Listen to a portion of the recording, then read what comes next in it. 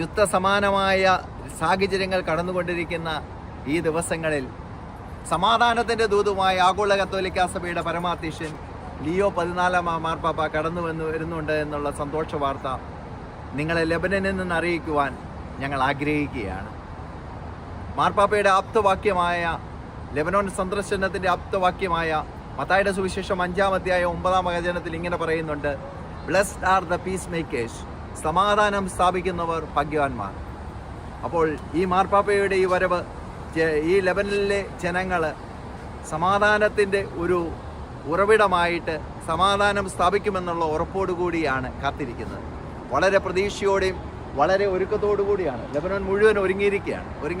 ഒരുക്കത്തോടുകൂടി അവർ കാത്തിരിക്കുകയാണ്. 30-ാം തീയതി ഞായറാഴ്ച 3:45 ബെയ്റൂട്ട് എയർപോർട്ടിൽ ഇറങ്ങുന്ന മാർപ്പാപ്പ ഔദ്യോഗികമായ സ്വീകരണത്തിന് ശേഷം 4:45 രാഷ്ട്രപതി ഭവനിലേക്ക് പോവുകയും രാഷ്ട്രപതിയുമായിട്ടുള്ള സംഭാഷണത്തിൽ ഏർപ്പെടുകയും തുടർന്ന് 5:30 പ്രധാനമന്ത്രി ഭവനത്തിലെ പ്രധാനമന്ത്രിയുമായിട്ടുള്ള കൂടിക്കാഴ്ചയാണ് അറേഞ്ച് ചെയ്തിരിക്കുന്നത്. 6 PM വീണ്ടും ലെബനോനിലെ ബെയ്റൂട്ട് എന്ന സ്ഥലത്ത് സിവിൽ സമൂഹ പ്രതിനിധികളും നയതന്ത്ര പ്രതിനിധികളുമായിട്ടുള്ള കൂടിക്കാഴ്ചയിൽ ഏർപ്പെടുന്നതാണ്. അതോടുകൂടി ഞായറാഴ്ചത്തെ മാർപ്പാപ്പയുടെ ഔദ്യോഗിക സന്ദർശനങ്ങൾ അവസാനിക്കുന്നതാണ്. ഞങ്ങളും വളരെ പ്രതീക്ഷയോടുകൂടി ഇരിക്കുകയാണ്. ദിവ്യരക്ഷക സഭയിലെ 3 വൈദികരെ ഞങ്ങൾക്കും ഇവിടെ ഈ ലെബനൻ ജനതയോടൊത്ത് സേവനം ചെയ്യാനായിട്ട് അവസരം കിട്ടിയിട്ടുണ്ട്. ഈ അവസരത്തിൽ